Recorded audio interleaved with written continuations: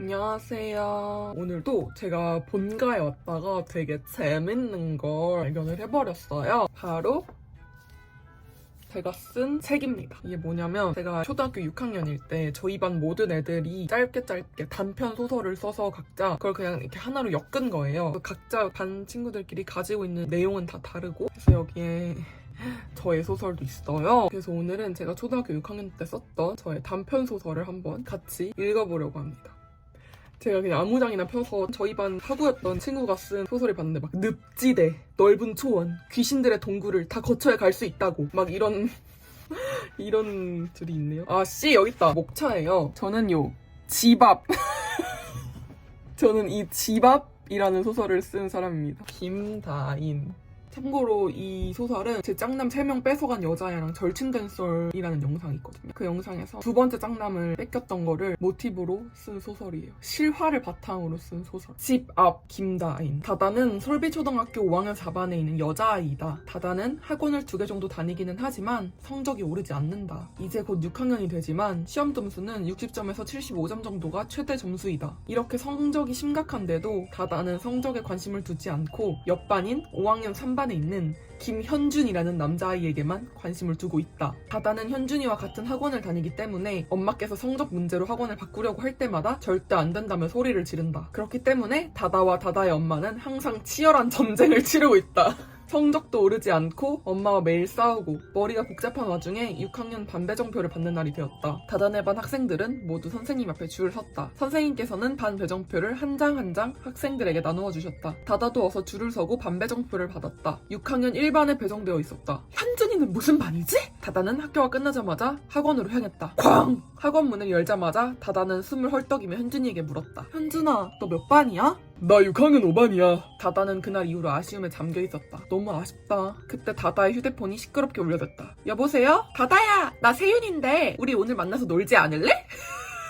그래, 학교 앞에서 만나자. 마침 기분도 안 좋던 다다는 평소에 친하던 세윤이와 만나서 놀기로 하였다. 서둘러 준비를 하고 학교 앞으로 나간 다다는 자전거를 타고 학교 앞을 지나가던 현준이를 보고 다시 시무룩해지고 말았다. 다다야, 왜 그래? 세윤아, 만약에 네가 좋아하는 남자아이랑 6년 동안 같은 반이 되지 못했다면 기분이 어떨 것 같아? 다다의 질문에 세윤이는 어리둥절했다. 매우 슬플 것 같아. 다다가 다시 질문을 했다. 그렇다면 너는 어떻게 할 거야? 다다의 말이 끝나기가 무섭게 세윤이가 질문했다. 너 좋아하는 아이가 생겼구나? 다다는 고개를 저으며 다시 질문했다. 너는 어떻게 할 거냐고. 그렇다면 고백하는 게 좋을 것 같아. 고백이라고? 응. 어쩌면 그 남자아이도 너를 좋아할 수도 있잖아?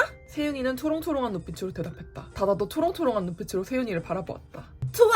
다다는 생각했다. 다다는 열심히 고백 연습을 하였다. 큼큼 나 사실 하지만 생각보다 쉽지 않았다. 그래서 다다는 상담도 받아보고 고백을 성공한 친구에게도 물어본 뒤 바로 오늘 고백을 하기로 마음먹었다. 다다는 하루 종일 기대가 되고 긴장이 되었다. 고백하기 2시간 전 학교 점심을 먹고 있는 다다 옆에서 친구들이 현준이 이야기를 하고 있었다. 응? 현준이 이야기를 왜 하는 거지? 다다는 이렇게 생각하고 그쪽으로 귀를 쫑긋 세웠다. 나 사실 현준이를 좋아해. 다다는 순간 깜짝 놀라서 아무 말도 나오지 않았다. 자신과 친해지고 있던 주아가 현준이를 좋아한다는 것은 상상하지 못했던 일이기 때문이다. 다다는 이야기를 더 듣기 위해 귀를 더 들이댔다. 조금 있다가 현준이에게 고백하려고. 다다는 얼굴이 창백해졌다. 다다가 이렇게 기운이 빠진 이유는 따로 있다. 주아는 얼굴도 예쁘고 마음씨도 착해서 남자아이들에게 인기가 많고 현준이가 학원에서 주아 이야기를 많이 꺼냈었기 때문이다. 다다는 그날 고백도 하지 못하고 학교 밖으로 나왔다. 다다는 그렇게 기대했던 학원에도 가지 않고 놀이터 그네에만 앉아있었다. 얼마나 지났을까? 현준이가 누군가와 함께 놀이터 옆을 지나가고 있었다. 다다는 서둘러 현준이를 따라갔다. 그때 다다의 휴대폰이 눈치 없이 울려댔다. 전화는 다다의 어머니께서 하신 거였다. 여보세요? 다다는 약간 짜증 섞인 말투로 이야기하였다. 다다야, 너 학원 안 갔다면서?